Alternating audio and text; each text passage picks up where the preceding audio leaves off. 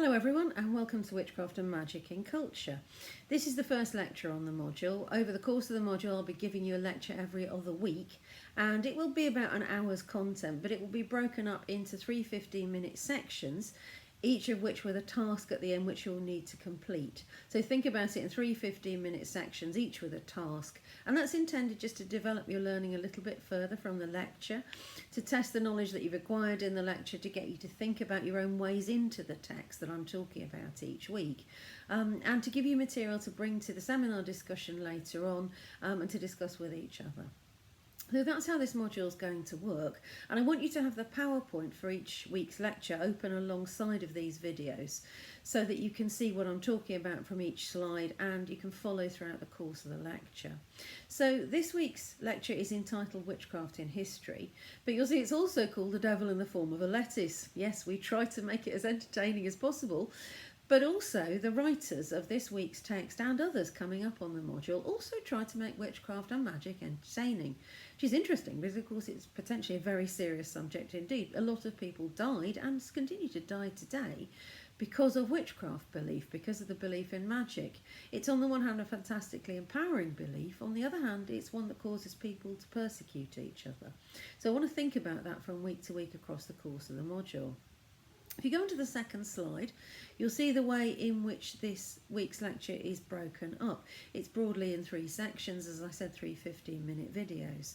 The first one is this one. It will be about demonology, so the theory of witchcraft and magic, basically, slides 1 to 5. Part 2 will be about bringing witchcraft and magic home. So we start off with a German source, Kramer and Sprenger's Malleus Maleficarum, from about 1486. But I want to see how the ideas in Malleus Maleficarum and other demonologies come into English culture so that we can tee up the discussion of the English language text that we'll be looking at in coming weeks. Part 3 will then go on to look at English witchcraft prosecutions, and we'll be looking at the laws on witchcraft and magic. We'll be looking at English demonologists as comparators with Kramer and Sprenger, and that's broadly the last few slides, slides 9 to 13. So moving on to slide 3, what do Kramer and Sprenger talk about in their Malleus Maleficarum? They have a number of key ideas, and I want to talk you through those so that we can think about them further on the module. In part 1, question 6, which is the text that I've asked you to read for this week, and please do that. There's a link on the LE site. If you click on the little icon next to that, it will show you part 1, question 6 of the Malleus Maleficarum. Please read that before class. Kramer and Sprenger talk about a number of things, and some of those are very shocking and surprising things. Some of them look very inflammatory, really surprisingly racy for a book of this era. And that's one of the first things to understand about witchcraft, I think. It's entertaining, it's racy, it gets people thinking about the wider things that are going on in their world, but it also titillates them. So think about it as something entertaining, but also starting to be something that opens up the big issues of medieval and early modern culture. They start their question by talking about witches who copulate with devils. And they say that there is much difficulty in considering the methods by which such abominations are consummated. It's one of the big questions, isn't it? So if we think that witches have sex with devils, how does that work? Isn't the devil an airy body? Isn't he a spirit? How can he possibly have sex with a human woman? What goes on here? Does he use somebody else's body to do that? Does he create a body to do that? And what comes out of his body that allows the women to subsequently, as the writers think, conceive demonic children? Does he even have natural fluids like semen? Does he have the power to make anything, to make a child with a woman? How does this work?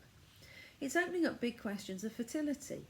It's also opening up kind of laughable questions about, well, what does the devil's penis look like?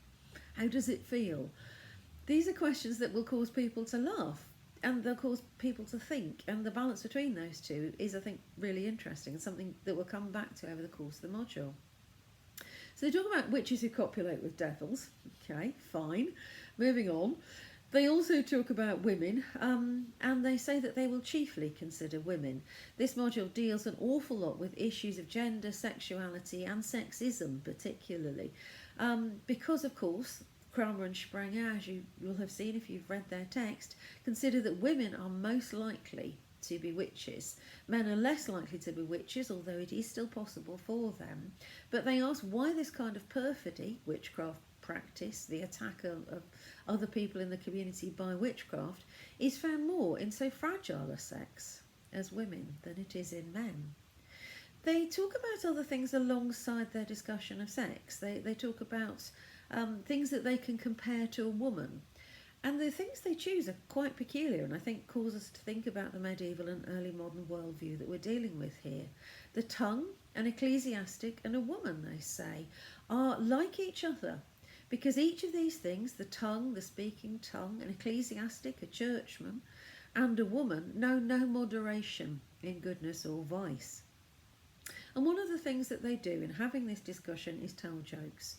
The article that I've given you to read this week, Moira Smith's article, which is on the Ellie side, it's all about penis theft, for heaven's sake. It's about the ways in which devils can steal men's penises and use them, apparently, in sex with women. That is quite funny, and the authors of the Malleus Maleficarum know it's quite funny, even though they believe it to be true. And they tell a range of jokes around this topic, and they tell a range of jokes around the idea of women. Some of them are kind of standard mother-in-law jokes, as if from the 1970s. So we've got one here in the text, which is on the slide.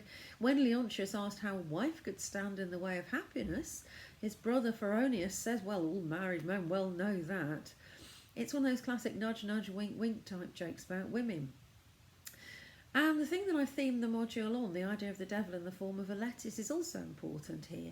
In part 2, question 9, we have the quotation, the story which St Gregory tells in his first dialogue of a nun who ate a lettuce and became possessed, which, however, as the devil himself confessed, was not a lettuce, but the devil in the form of a lettuce, or in the lettuce itself.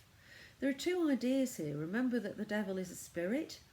What does the devil do? Does he transform himself into a lettuce, which somebody can then consume? They can take that thing into their body, and it can possess them because they put a devil inside them. Is it that? Does he become a lettuce? Wow, that's a really interesting theory. Funny, but interesting. Or does the devil get into the lettuce? Does he possess the lettuce rather than the person? And then the person eats the lettuce and they become possessed. We're talking about the big early modern and medieval ideas about matter, bodily matter, the things that things are made of, the cells, the atoms that medieval people don't know about, but they're starting to guess at, the things that make up human bodies, the things that make up the world, and how spirit gets into these, how spirit, whether that's God, angels, the devil, interact with these ideas. So here are the big ideas that we're going to be looking at. If you go on to the next slide, I've got an exercise for you to do, and I want you to watch this video clip and answer the questions here. Each week I'll ask you to make some notes in advance, and I'll give you some structured questions that you can make notes on.